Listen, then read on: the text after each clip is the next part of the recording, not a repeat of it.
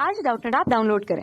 Doubtnut पर अपने सभी गणित, रसायन विज्ञान, भौतिक विज्ञान और जीव विज्ञान के डाउट्स का करो सफाया।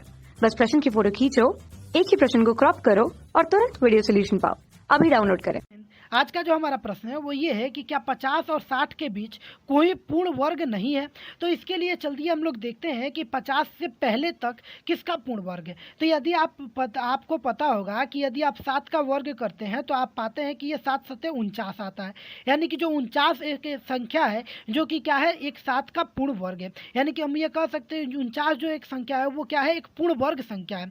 वहीं पे यदि आप 8 का वर्ग कर दे तो आप जा पाते हैं कि 8 8 क्या होता है, 64 होता है। यानी कि 64 भी एक संख्या है जो कि क्या है, पूर्ण वर्ग है। यानी कि हम ये कह सकते हैं कि 50 यानी कि 49 के बाद क्या आता है, 50 आता है, और 64 से पहले क्या आता है, 60 आता है। और इन 7 और 8 के बीच में क्या कोई संख्या मौजूद है, तो हम ये कह सकते हैं जो संख्या है वो दशमलव में है।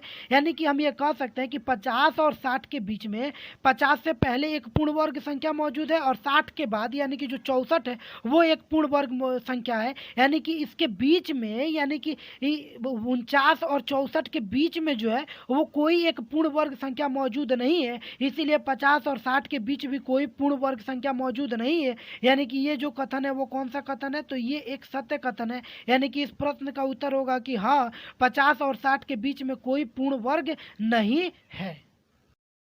कक्षा 6 से 12वीं से लेकर नीट, IIT, JEE वो एडवांस के लेवल तक 1 करोड़ से ज्यादा छात्रों का भरोसा। आज ही डाउनलोड करें डाउटनेट ऐप या व्हाट्सएप करें अपने सारे डाउट्स 8400 400 400 पर।